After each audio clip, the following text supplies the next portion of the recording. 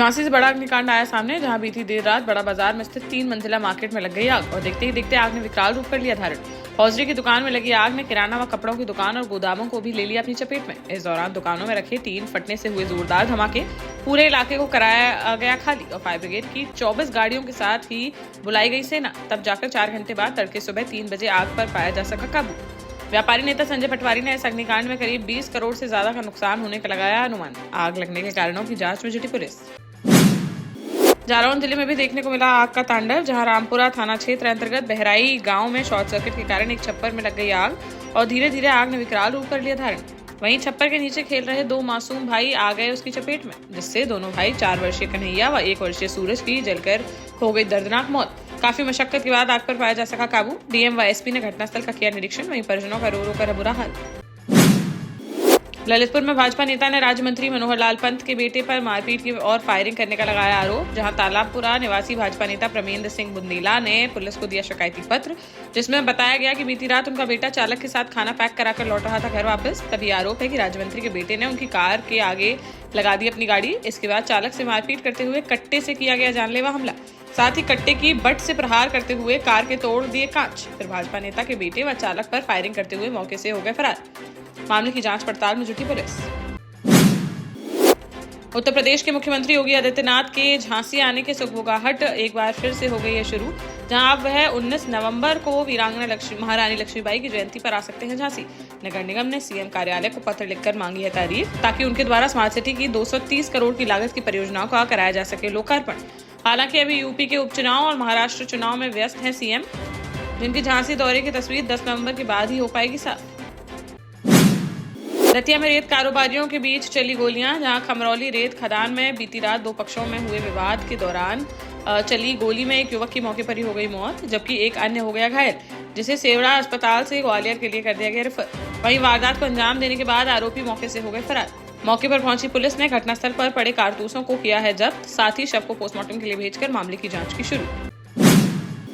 झांसी के गरोठा में gangster act के एक आरोपी पर हुआ बड़ा एक्शन, जहां पर सत्र न्यायाधीश के आदेश पर 302, 394, 324, 452 में दोष सिद्धि अभियुक्त लक्ष्मी प्रसाद के मकान का अंश किया गया कुर्क। अपराधी के हिस्से के मकान को तहसील प्रशासन और पुलिस की मौजूदगी में किया गया सील। इस दौरान मौके पर प्रशासनिक अधिकारी के साथ भारी पुलिस बल रहा मौजूद। हमीरपुर में भाजपा से निष्कासित होते ही गिरफ्तार हुए सरीला नगर पंचायत चेयरमैन पवन अनुरागी, जहां आरोप है कि उन्होंने 2 पत्रकारों को घर में बंधक बनाकर बेरहमी से की थी मारपीट। साथ ही इस घटना का बनाया था वीडियो, जो बाद में सोशल मीडिया पर हो गया वायरल। एफआईआर दर्ज होते ही पुलिस पवन अनुरागी के 4 गुर्गों को पहले ही गिरफ्तार भेज चुकी है जेल। साथ ही अब चेयरमैन को भी गिरफ्तार करने में हाथ लगी सफलता। वहीं अन्य आरोपियों की तलाश में जुटी है पुलिस। गाजियाबाद जिला जज के न्यायालय में अधिवक्ताओं के साथ पुलिस द्वारा लाठियों से की गई मारपीट के विरोध में गुरुवार को हड़ताल पर रहे ललितपुर बार एसोसिएशन के अधिवक्ता, जहां उन्होंने न्यायालय के मुख्य द्वार पर धरना प्रदर्शन कर अधिवक्ताओं की सुरक्षा के लिए कानून लागू किए जाने की उठाई मांग। कहा कि अब न्यायालय में भी सुरक्षित नहीं है अधिवक्ता। झांसी के महारानी लक्ष्मीबाई मेडिकल कॉलेज में अव्यवस्थाएं सुधरने का नहीं ले रही है नाम, जहां एक युवती की मौत के बाद मेमो यानी पुलिस सूचना को करीब 17 घंटे तक दबाकर बैठे रहे डॉक्टर, जिस पर पोस्टमार्टम के लिए भटकते रहे परिजन। जबकि उन्होंने किया विरोध तो डॉक्टर ने ढूंढ कर दिया मेमो। यही नहीं, जब परिजन शव को मॉर्चरी से उठाकर पहुंचे पोस्टमार्टम हाउस तो उन्हें रखने के लिए अंदर वाले गेट तक की नहीं दी गई चाबी, जिस पर भड़क उठे परिजन और ताला तोड़ने के लिए उठा लिया पत्थर। फिर सीएमएस को कॉल कर दी गई इसकी जानकारी। मेडिकल कॉलेज के ऐसे हालात देखकर परिजनों में देखने को मिला भारी रोष। झांसी में 8 नवंबर को बड़े हर्षोल्लास और धूमधाम से मनाई जाएगी भगवान सहस्त्रबाहु अर्जुन की जयंती। इस उपलक्ष्य में बड़ा गांव गेट बाहर शंकर जी के मंदिर के पास से निकाली जाएगी भगवान सहस्त्रबाहु की शोभा यात्रा, जिसका पूरे नगर में भ्रमण कर भगवान परशुराम चौक स्थित विवाहघर पर होगा समापन। तत्पश्चात समाज के सभी लोगों का किया जाएगा सम्मान। इसके उपरांत जयंती की पूर्व संध्या पर भगवान सहस्त्रबाहु चौक पर होगा दीपदान। लक्ष्मी गार्डन में दीपावली मिलन समारोह के साथ मनाई जाएगी यह जयंती। गुरुवार को कलचुरी समाज के राष्ट्रीय कोषाध्यक्ष वीरेंद्र राय, संयोजक रामेश्वर राय ने पत्रकार वार्ता कर दी है जानकारी। सागर के खुरई से भाजपा विधायक व पूर्व गृह मंत्री भूपेंद्र सिंह ने कॉल डिटेल निकालकर पुलिस कर्मियों पर दबाव बनाने का लगाया आरोप, जिसको लेकर उन्होंने उप मुख्यमंत्री और सागर जिले के प्रभारी राजेंद्र शुक्ला के सामने उठाया यह मुद्दा। जिला योजना समिति की बैठक में भूपेंद्र सिंह ने कहा कि एसपी और आईजी की बगैर अनुमति के कुछ लोगों के फोन नंबर और मोबाइल का सीडीआर निकाल रहे हैं स्थानीय पुलिस अधिकारी, जिनका किया जा रहा है मिसयूज। उप मुख्यमंत्री ने इसे गंभीर मुद्दा बताते हुए जांच कराने की कही है बात। टीकमगढ़ शहर में गुरुवार को उत्साह के साथ मनाया गया सूर्योपासना का महापर्व छठ, जहां शाम को बड़ी संख्या में महेंद्र तालाब के महादेव घाट पहुंची महिलाएं और अस्त होते हुए सूर्य को दिया अर्घ्य। मौसमी फल और गन्ने का प्रसाद लगाकर भक्तिभाव के साथ किया छठ पूजन। झांसी में गुरुवार को बस स्टैंड पर पहुंचा नगर निगम का अतिक्रमण विरोधी दस्ता, जहां उन्होंने बस स्टैंड पर अवैध रूप से लगाई गई दुकानों व ठेलों को हटवाया, जिससे अवैध कब्जाधारियों में मच गई अफरा तफरी।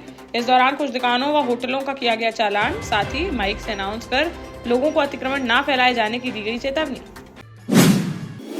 झांसी में फिर देखने को मिला तेज रफ्तार का कहर, जहां गरोठा थाना क्षेत्र अंतर्गत हीरा नगर में रहने वाला 25 वर्षीय किशन पाल अहरवार घर से अपनी बाइक से आ रहा था गुरसराय की तरफ। जैसे ही वह पहुंचा गरोठा कोतवाली के सीला गांव के पास, तभी गुरसराय से गरोठा की ओर जा रहे तेज रफ्तार ट्रक ने उसकी बाइक में मार दी जोरदार टक्कर, जिससे उसकी मौके पर ही हो गई दर्दनाक मौत। पुलिस ने शव को पोस्टमार्टम के लिए भेजकर ट्रक चालक पर कार्रवाई की शुरू।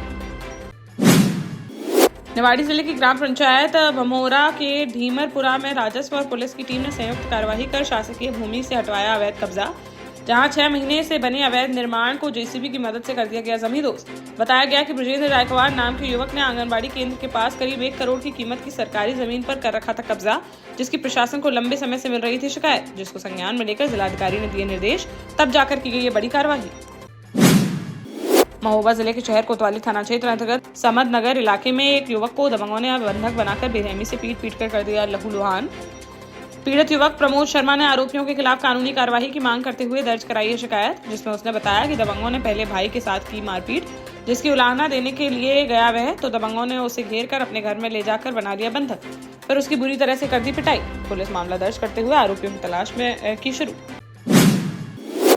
झांसी में 6 साल पहले नाबालिग लड़की से छेड़छाड़ करने वाले आरोपी राजेश ढीमर को कोर्ट ने 3 साल के कठोर कारावास की सुनाई सजा, साथ ही उस पर 5,000 रुपए का लगाया गया जुर्माना। नहीं देने पर 2 माह की काटनी होगी अतिरिक्त जेल। चिरगांव थाना क्षेत्र के इस मामले में गुरुवार को पॉक्सो एक्ट कोर्ट के विशेष न्यायाधीश मोहम्मद नियाज अहमद अंसारी ने सुनाया बड़ा फैसला। देश का जाना माना सैनफिन ग्रुप आपके लिए फिर लाया है झांसी में वास्तु के हिसाब से फ्लोर प्लान सहित एक शानदार टाउनशिप, जिसमें सुरक्षा की दृष्टि से सीसीटीवी, एक ही ग्रैंड गेट से एंट्री और एग्जिट, चौड़ी सड़कें, parking, car wash area, senior citizen and international fountain parks, swimming pool, gym, badminton, tennis आदि courts, school, hospital, shopping mart आदि कई सुविधाएं। इसीलिए तो हम झांसी में लोगों की पहली पसंद। 12 साल पहले अपने स्टार्टअप के साथ ही योग्य नेतृत्व, अनुभवी टीम और सक्षम सेंट्रलाइज और उत्तरदायी प्रबंधन के बल पर सबको घर गुणवत्ता के साथ समय पर घर की योजना के तहत सैनफिन समूह ने बहुत ही कम समय में 1500 से ज्यादा यूनिट्स को दिया है कब्जा। समय पर डिलीवरी से हमारे ग्राहकों में बड़ा है विश्वास और मिली है संतुष्टि।